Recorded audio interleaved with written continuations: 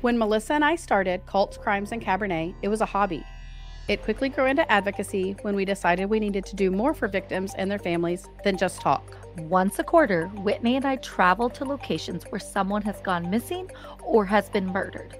We meet with family members or case advocates in hopes to bring awareness to the unspeakable.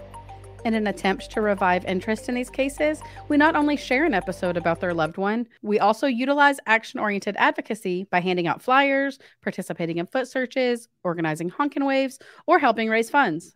We invite you, our listeners, to pop a cork and grab a glass because we have work to do.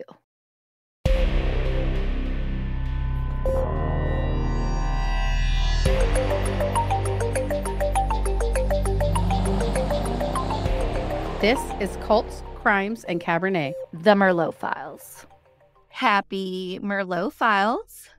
Happy Merlot Files, and happy quarter one of 2023. We thought we were going to get this out a lot earlier than we are, but guess what? Deadline's not there yet, but we're going to meet it. Exactly. They're there for a reason. As long as we're done before then, that's all that matters.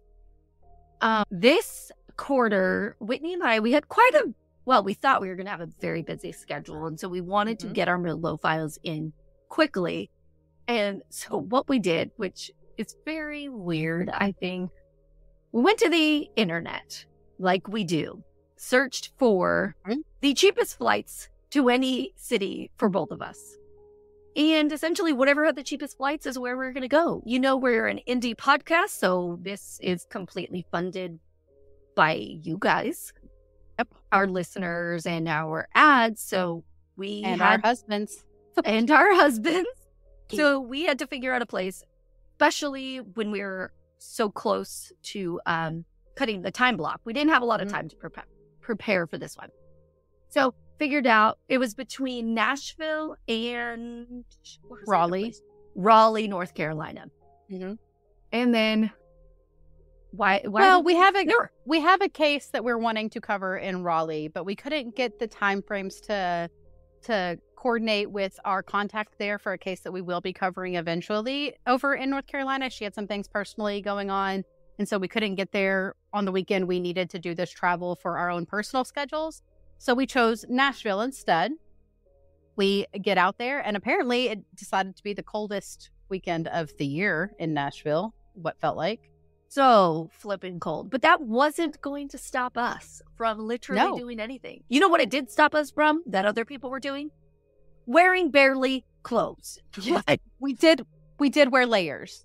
We wore layers and 16 hot hand packs apiece while we are on Broadway Street watching much younger people. Maybe their blood circulates a bit faster than ours do. They had been drinking more than us too, so they were feeling a little bit warmer than we were. Which it's shocking that they were drinking more, but we were like so good that weekend. I was so proud of us.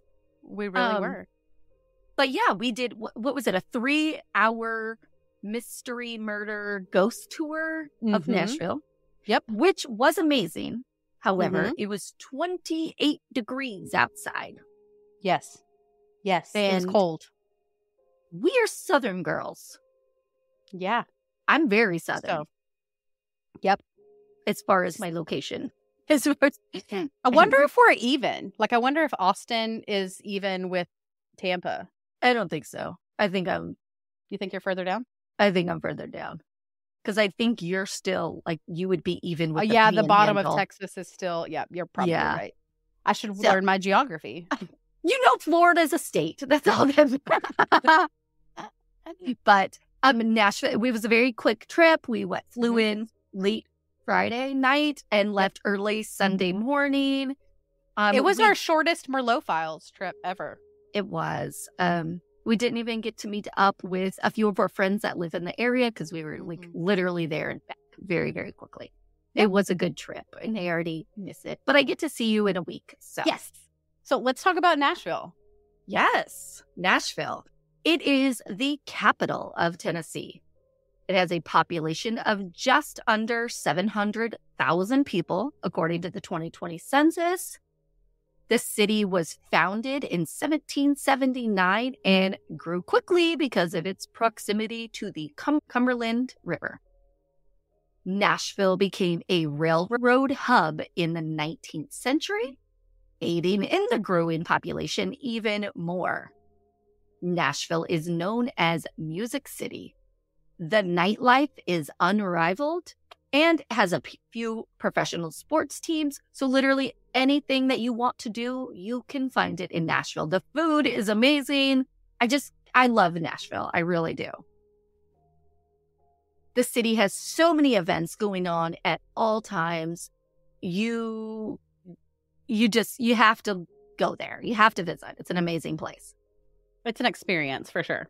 Yes. The Capitol building, it sits on top of this large hill, and it honestly feels like you can see miles when you're on top of it. It almost, I can't even explain being up there and you feel like you're super powerful, almost like it's like a castle looking over its people. Constituents. I've been hearing that word like crazy because my TikTok is full of hearings and all of these people. That's the word I thought of, but I'm like, oh, do I want to say that word?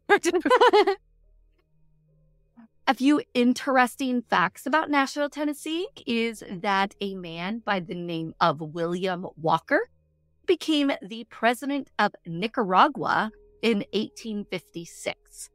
There has not been another American to become a president of another country since William accomplished this. It's pretty awesome. Unique. The next tidbit about Nashville is that the first ever seeing eye service dog was brought to the United States, and it came to this growing city. The next fact is a bit on the dark side. It is that the architect of the Capitol building is buried inside the walls of the Capitol. And Whitney and I actually were able to see where he was buried. Very weird story to go along with that. Yes. And he may or may not be haunting it, as we learned. Yes. One of the areas of this quarter's Merlot files cases is just south of downtown Nashville. It is only a few blocks from the historic Music Row. If you don't know about Music Row, it is where some of the world's greatest hits were recorded and produced. This area is called Edge Hill, and it is described as a quaint neighborhood that is relatively small, but bursting with modern personality and historic charm. Edge Hill has that urban, suburban feel to it. Most people in the area rent their homes. And over the years, this area has changed drastically, like up and downs. Businesses would move in, businesses would move out. In the 1950s, Nashville's urban renewal program actually destroyed hundreds of rental homes and properties along 12th Avenue because they were expanding the streets. And there's, you know how that all goes with, oh, we need this road here. No, you can no longer live there. But this area in particular, it like I said, it's seen highs and lows. Mm-hmm. It would be this bursting Music Row, business centric, where everyone loved to visit. And then if those businesses would move out of there, it would eventually become run down and not the best place to live. And then it would be back up again once you'd get these new businesses in the area. When the roads were widened, this really was the start of the decline of this neighborhood. However, when Whitney and I visited, we can tell that it was starting to be gentrified. But this also raises property taxes and makes this area less affordable than it once was. And I was absolutely shocked when I looked at the housing prices of Nashville in the two neighborhoods that we went to. And I live in Florida. Whitney lives in Texas. The area of Texas where there actually is expensive to buy a house. Yes. Because most of it's not, but where she is, it's definitely expensive. And I had no clue Nashville, Tennessee was as expensive as it is.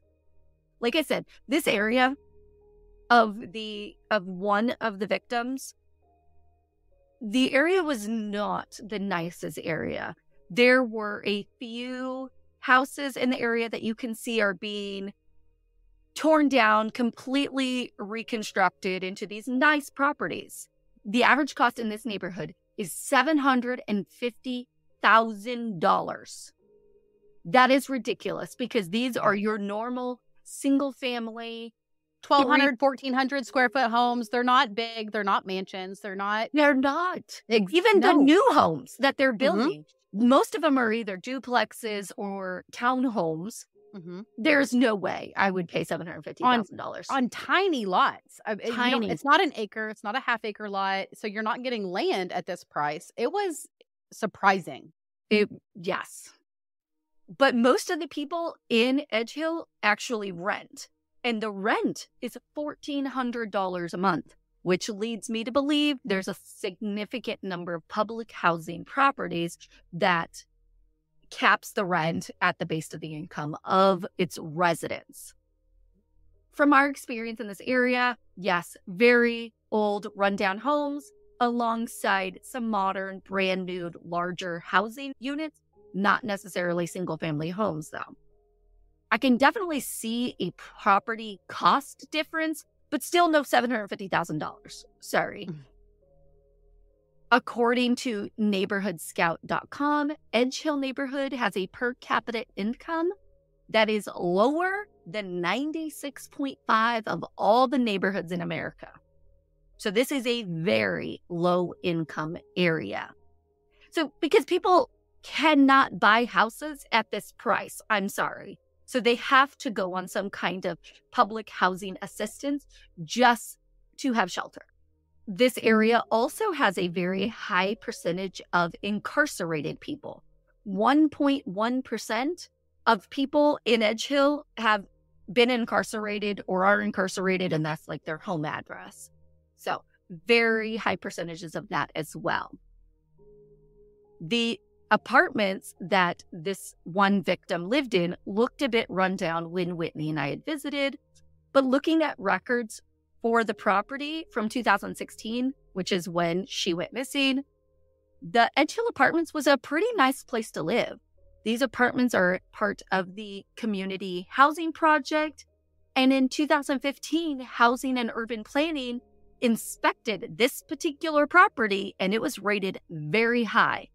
It was given a 94 out of 100 score, when the rest of Tennessee was averaging less than 84 out of 100. I will post images of the property back in 2016 versus pictures that we have of it today. The neighborhood for the second victim, which technically the second victim is actually the first victim, but we'll get into that, lived in a neighborhood called Maplewood Heights. This is northeast Nashville and honestly looked a bit more rural than the other Nashville neighborhoods. These properties were pushed back a bit more, so larger front yards, a little bit more space in between each of the houses, that kind of thing. It was very much of a suburban feel. Yes. Houses around this area sell anywhere from $350,000 to $1.1 million for a single family home. This victim lived in it was a duplex, correct? Just two together in one building. This is a tiny neighborhood. It was 3 or 4 streets or blocks. There's about 500 people living in this neighborhood. It only took us about 15 minutes to drive from the neighborhood in South Nashville to the other neighborhood in North Nashville. So it's not like a huge commute. Doesn't take a long time to get across the entire city. I was kind of shocked about that because it takes me forever to get across Tampa, and I know it takes you forever to get across Austin. It was a very quick drive. We like to give out the overview of the crime in the area every time that we do any of our cases, but I wanted to check distinctively these 2 neighborhoods specifically. I will say that this is a mother-daughter duo that went missing at completely different times, years apart. The daughter, LaResha Walker, went missing in 1999, And Wanda Walker disappeared in 2016. Honestly, in 1999, the crime in Nashville was down from years prior. Same with 2016. Crime was on a decline in both years. However, Nashville isn't the safest place, to say the least. It's rated a 3 out of 100. The violent crime rate is almost 3 times higher in Nashville than the national average. While property crime looks a lot better, it's still almost double the national average. So let me tell you a little bit about LaResha. LaResha Dina Walker was born January 2nd, 1979, to Wanda and Sydney Walker. LaResha was known to her family by her middle name of Dina, and those that loved her affectionately called her Dee. And she was one of 3 kids. I couldn't find much about LaResha as she was extremely private, and her story takes place before social media ran our world. One thing I do know is that she was the mother to a little boy named Rayvon, and she was, like most mothers, protective over her baby boy. She was very selective in who was allowed to watch him, and LaResha was always checking in on him when he was not with her. Thankfully, her mother and sisters lived nearby, and she could trust them to help her when she needed a babysitter, because the father was never really mentioned, and I don't know that he was involved in Rayvon's life. It's awesome when you have family close by that can help you out, especially as a single mother. It's just such a blessing to have that, especially with a little boy, knowing that you have people that can help you. Absolutely. A support system there is amazing. Even when Rayvon was with her family, she would check in on him regularly throughout the day. That's just the kind of mother she was. LaResha was just hired through a temp agency, Nashville Career Advancement Center, to work at Peterbilt Motors there in Nashville. And in late October, early November of 1999, her and Rayvon moved into their own place. It was a modest duplex off of Edwards Avenue on the outskirts of the city, and I have never seen duplexes built on lots as large as these. It was a white, 2-story, almost townhome style of duplex in what appeared to be a quiet street. There are several of these duplex down this road, maybe 10 to 12 freestanding units, so 24 total apartments. It was very clean and neat while we were there, and according to Neighborhood Scout, it sits right at the average for crime statistics now. Back in 1999, like Melissa said, it was a little bit different. But in 2023, this was not the worst area of Nashville. Oh, absolutely not. And out of the 2 places we visited, LaResha's neighborhood was much nicer. I can definitely say older homes, but well-established people that had lived there, retired. That's what the feel I got of that area.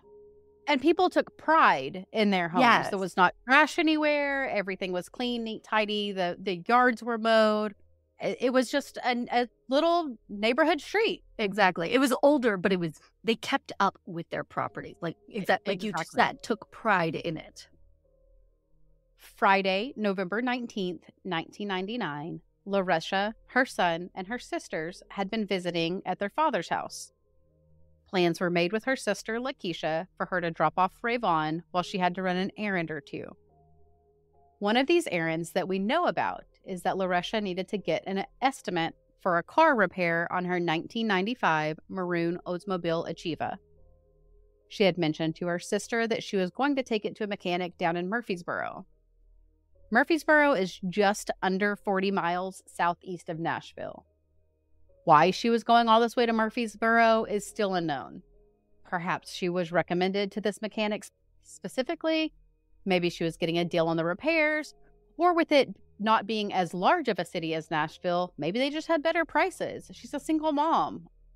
I'm sure she's needing to maintain a budget. I don't know if it's just me, but going to the mechanic terrifies me on so many levels. You just never know what it's going to end up costing you. So if you have a friend and that can kind of give you a quote ahead of time, because it's terrifying. I'm sorry. She did tell LaKeisha that it would be the following day before she picked up Rayvon.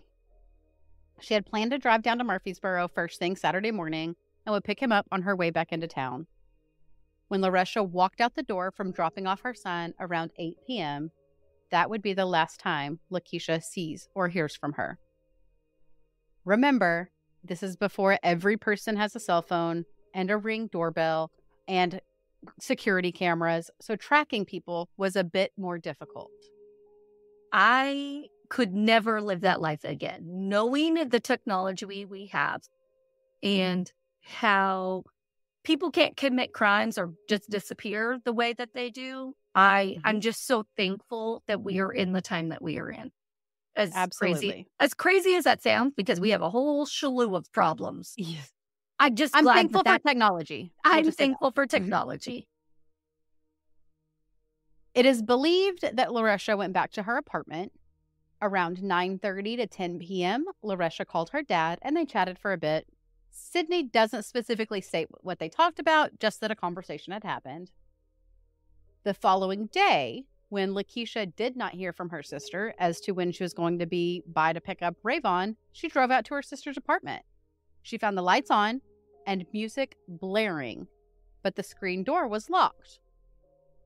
The lights on and music being on seemed strange to her, as she would usually turn everything off if she was leaving. So she must have just hopped out to grab something really quick and was going to be right back. It was just an hour or so after she expected her to pick up Rayvon, so she wasn't super concerned at the moment. She did also notice that the clothes she had been wearing the day before were there in her room. Well, that's good of her to notice that, because I am the least observant person, I feel like, and I would have never been like, oh yeah, I don't know. I don't even know what she was wearing. On the other hand, I wonder if LaResha would typically blare music, or was that out of the norm to possibly cover up sounds? I don't know. She also noticed that LaResha's medication was still there, and she takes this daily for a heart condition she had been being treated for. She even noticed that it had appeared as though perhaps two people had been sitting on the bed. LaKeisha turned the music down and then left. Again, maybe LaResha was just out running errands, as her car wasn't there either, and nothing really seemed out of place. There wasn't a clear struggle. There was no red flags at the time. And with her car not being there, I'm sorry. Like, I would just be like, she's out still. She ran to the store. Something. Yes. She will catch up with me later, no matter if I ever get or not. I mean, I would probably be slightly annoyed, but then it'd be like, I would not be concerned. When no one in the family had been able to make contact with LaResha, and after LaKeisha had returned to her sister's residence a second time, her mother filed an official missing persons report on November 21st. Early investigations from police warranted a potential lead when a neighbor stated they heard LaResha arguing with someone outside of her apartment the night of November 19th. There wasn't a description released of who this may have been. I couldn't even find if the neighbor saw who it was she was arguing with or if she only heard the argument. On Wednesday, November 24th, LaResha's father mentioned to the media, who originally were supportive in sharing LaResha's story, that a few spots that may be blood were found near the front door. Police collected samples, but I could not confirm if the spots were tested and returned as blood or not. Police have stated that they do believe she was kidnapped. Yeah, 1999. I don't know, obviously, what technologies would have been available for testing blood, but I'm sure it was not a lot of testing. And it might have been even, this is blood type O positive, and that's about it. And that's if they had enough of the sample to test. It may have been more advanced than are they a secretor versus a non-secretor like they did in the 70s, but it may have taken longer than it takes now for DNA. Yes. The missing persons report described LaResha as a 5'7" black female with brown eyes and black hair. She weighed between 190 to 200 pounds. She has a surgical scar on the left side of her chest from an operation related to her heart condition. She has pierced ears, and on one upper front tooth, it was trimmed in gold with the letter D on it. LaResha's car has never been found either. The 1995 Oldsmobile Achieva had a Tennessee license plate number 419ABG. It also has a very distinct long scratch down the driver's side. It has been 23 years since LaResha or her car has been seen. Her family took in her son Rayvon and raised him, reminding him of who his mother was. As if losing his mother wasn't enough, Rayvon would find himself in trouble as a teenager. March 18th, 2014 was the Tuesday of spring break for Rayvon. He was in his junior year and was 16 years old. Like most teens on spring break, they're itching to get out of the house and hang out with friends. Rayvon threw on his Georgia hoodie and some khaki pants, but grabbed an extra set of clothes and set out with his cousin, Quintavious Patton, Quintavious' girlfriend, Diana Reyes, and Dante Swanier. Rayvon jumped into the silver car and they drove around a bit. They had a few stops around town, a car wash, a gas station. They went to Kmart. The four then went to the Knights Inn Motel, where surveillance footage shows that at 9:10 p.m., Rayvon had changed into his second set of clothes, which is a North Carolina hoodie and black pants. And he wore a black bandana over his face with some white-rimmed sunglasses owned by Diana Reyes. Couldn't really find what happened in the motel at this time, but then they left the Knights Inn. Rayvon and Quintavious swapped hoodies. Rayvon gave Quintavious the North Carolina hoodie, and Rayvon put his Georgia hoodie back on. While cruising around, a plan was formed to rob someone for some money so that Diana Reyes could pay for a motel room as she had run away from home. Dante drove to a neighborhood looking for a target and found two Hispanic men standing in the front yard near a vehicle. Rayvon and Quintavious jumped out. Quintavious had a gun that he had gotten from Dante, and Rayvon ran over, grabbed the first man, and they ended up rolling around in a bit of a tussle. Quintavious pointed the gun at the man and told him to let Rayvon go, firing one shot, hitting Moises Zarate. Both Quintavious and Rayvon then returned to the car and they sped away. After filling in Dante on what had happened and returning his gun, they drove back to the Knights Inn, where Dante rented a room for the evening at 9:48 p.m. The four end up going a couple of other places, one restaurant where only Dante got out, and then a liquor store where Diana stole a bottle of liquor, and then they all returned to the motel around 10 p.m. Rayvon doesn't remember leaving again for the night, but apparently surveillance will later show that Dante did leave. The four stayed the night at the hotel, and the next morning Dante took Rayvon home around 11 a.m. It wouldn't be until May 9th of 2014 that a detective would come to speak with Rayvon at his school. He told the detective that Quintavious shot Mr. Zarate and that Dante drove and had the gun. As luck would turn out, police had already been watching Dante for some time. The Hermitage Precinct had been granted a warrant on March 7th, 2014 to place a GPS tracker on Dante's silver Hyundai Elantra. When they learned that a GPS tracking device was within 80 yards of this murder, they dug deeper into Dante's whereabouts that evening. Finding surveillance footage from the Shell gas station, as well as the motel that they were at, was able to connect the dots on who was with Dante and where all they had been that evening. Warrants for cell phones confirmed that the four were together, and that is how police connected Rayvon. 20 days after speaking with police, Rayvon was arrested and taken to the East Nashville Juvenile Detention Center along with Quintavious, as they were both underage, where he stays for 9 months. While in prison, Rayvon was still in contact with his high school teachers, and being only 4 credits away from graduating, the school worked with him so that he could finish with the help of a company called Chance Light. Just love that. I know he has all these pending charges against him, and it seems really bleak, but the fact that he was cognitive enough to know, like, hey, I'm 4 credits away from graduating, that alone speaks volumes, regardless of what happens in the future, of his punishment for doing this reckless thing. I think that's amazing that his teachers and this program was able to do this. He was granted, I don't know if it was a plea deal per se, because he was a juvenile, so his records, we couldn't find them since it was through a juvenile court system. But he did work with law enforcement and testify against Quintavious as well as Dante on this shooting, and the 9 months was all he had to serve. In the ultimate success story, Rayvon focused on his future, and when he was released from the detention center, he continued his education and attended Nashville State, where he received a degree to become an electrical engineer and now owns his own business. Before Rayvon finished this degree, his family was hit yet again when his grandmother falls to the same fate as his mother.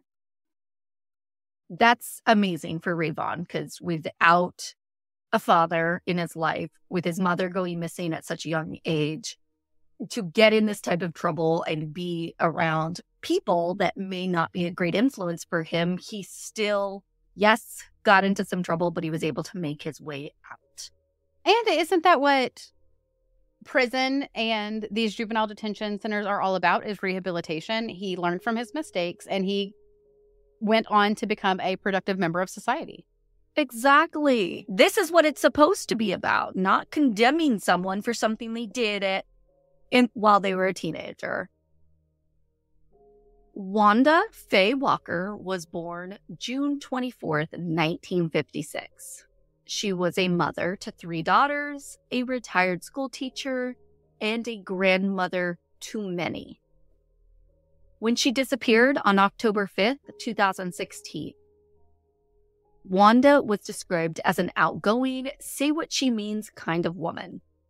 She was not only the matriarch of the family, but she was the heart and soul. Wanda was working part-time at the local Dollar Tree store, enjoying her retirement. This Dollar Tree was only 2 miles from her apartment, so she didn't have a long commute.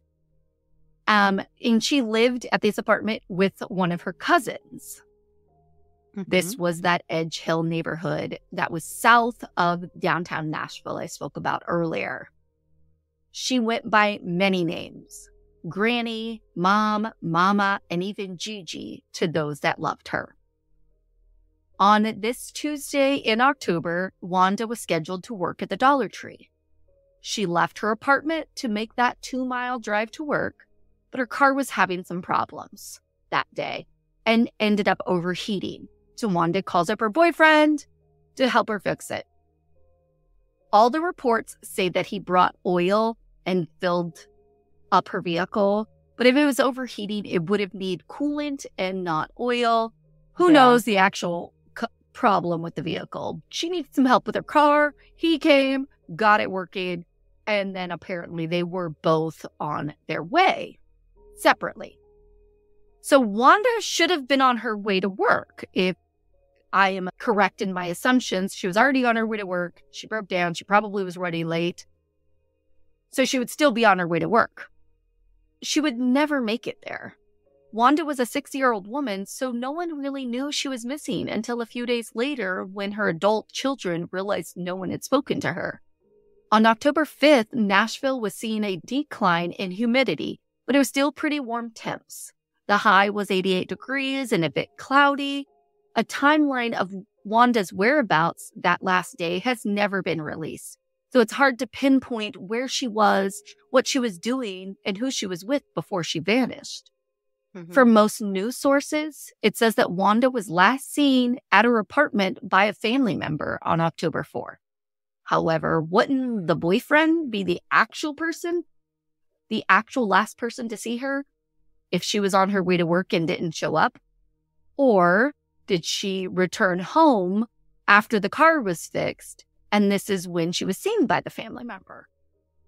This kind of confused me as well. Yeah, and I would assume the family member was the cousin that she lived with, but I couldn't find any information on who this family member is. Or do they consider the boyfriend the family member? Because I wouldn't consider the boyfriend a family member. Same. A lot of assumptions have to be made with this timeline. And also, I'm not blaming the cousin or anything, but if she didn't come home from work, but maybe they were just coming and going at all different times, so the cousin really didn't know her schedule.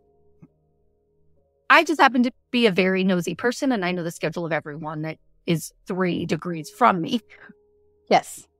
Very little has been released about Wanda or LaResha's disappearance.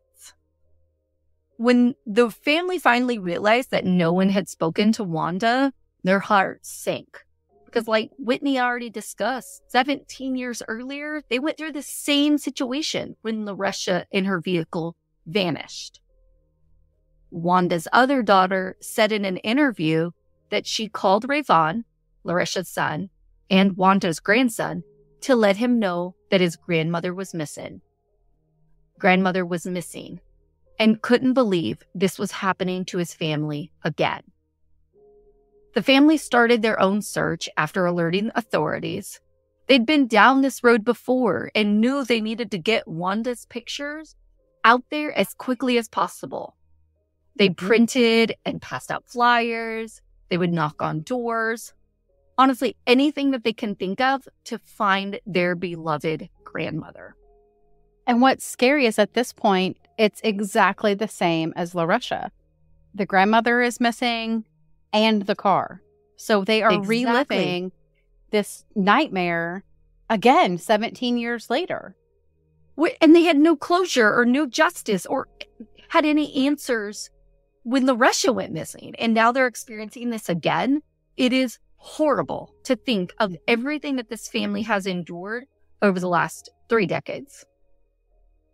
On October 13th, just over a week since anyone had any contact with Wanda, her daughter, not the police, found the Nissan Maxima Wanda was driving that day. And it was just 2 blocks from Wanda's apartment, in an alleyway. Police would come out and take the vehicle to search for evidence. The vehicle's doors were locked, and inside was Wanda's purse with personal items.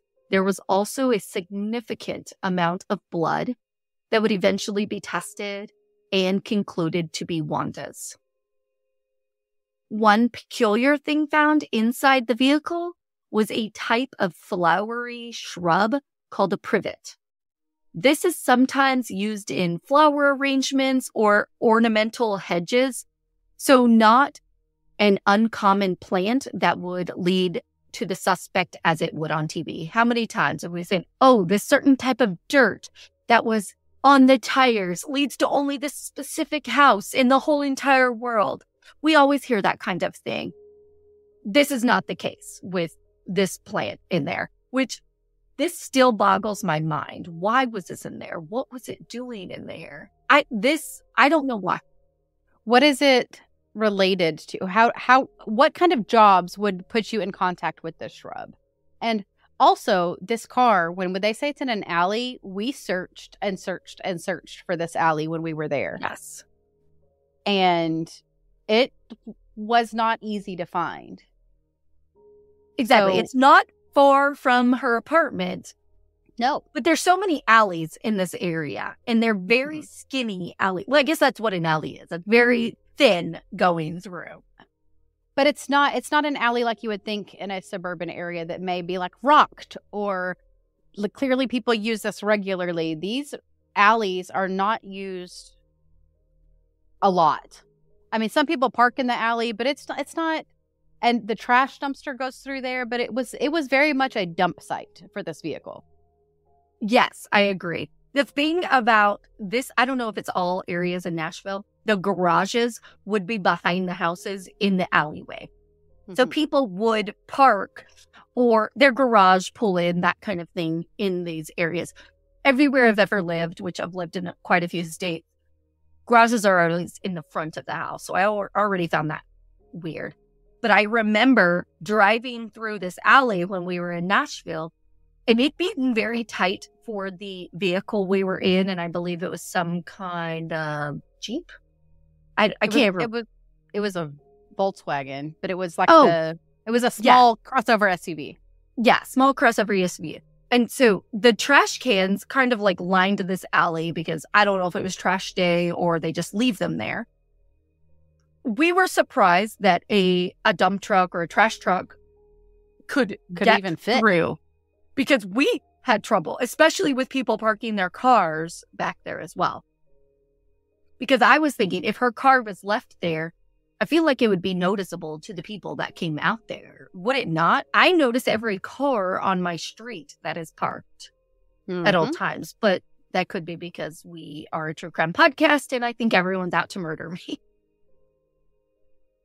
What did come from the vehicle being found is that police now knew Wanda didn't go off on her own and just run away that like they think all these people do, but foul play was now suspected. This police spoke with the residents that lived around where the car was found to see if they knew how long this vehicle had been there. And they stated it had been there around a week. So this means soon after Wanda disappeared, the vehicle would be left in this alleyway. Which also I've never had a missing person or a person go missing in my family. But if they were knocking on doors, passing out flyers, this was only 2 blocks from the area, and they did not see it. But I guess if you're knocking on doors, you're not going to go down an alleyway. This is true. Authorities believe it was left there because of the familiarity of the location. They also believed she got into an altercation with someone she knew and most likely killed because of the amount of blood found. This was after police got a, oh my gosh, what are those people called that do a... Blood splatter analyst? No. Where they figure out the type of person that could have killed her based on the scene. Profile. A profile, yes. Okay. The police believe this because they had a profiler come in and conduct a study based on the blood, the car, the close proximity to her house, and they do believe it was someone Wanda knew. They believe Wanda and her daughter's case are not connected, or at least they have zero reason to believe that they are. Wanda wasn't out there investigating her daughter's disappearance any longer. It had been a long time since LaResha disappeared. So it wasn't like she stumbled upon something and now these people are coming after her. Mm-hmm. That was not the case in this. It had been 17 years and there was really no leads in LaResha's case. There was nothing they could trace down. Exactly. Unless those blood droplets produced something, but if it did, the police would have said something. Yep. Exactly. Quintessa Chambers, who is one of Wanda's granddaughters. Without knowing what happened to my granny, having closure would give us a sense of peace and allow us to grieve and figure out what happened to my grandmother. It's hard not knowing. Wanda Walker is an African-American female, blonde hair, brown eyes, 5'7" tall, 180 pounds. Wanda's natural hair color is brown, but she had been coloring it blonde for several years before her disappearance. She styled it in a short afro. Her ears are pierced, and she would be 66 years old today. LaResha was described as a 5'7" black female with brown eyes and black hair. She weighed between 190 and 200 pounds, and she did have a surgical scar on the left side of her chest from the operation that was related to her heart condition. She also has pierced ears, and she has one upper front tooth trimmed in gold with the letter D on it. She would be 44 years old today. As this missing persons case is many years old, we struggled with what action-oriented advocacy we could have provided to this case. We didn't feel that a honk and wave would produce the amount of attention it deserved. There is no definitive areas that we could search other than that alleyway, but that's not a lot of space. We couldn't gather up volunteers to wander an alley.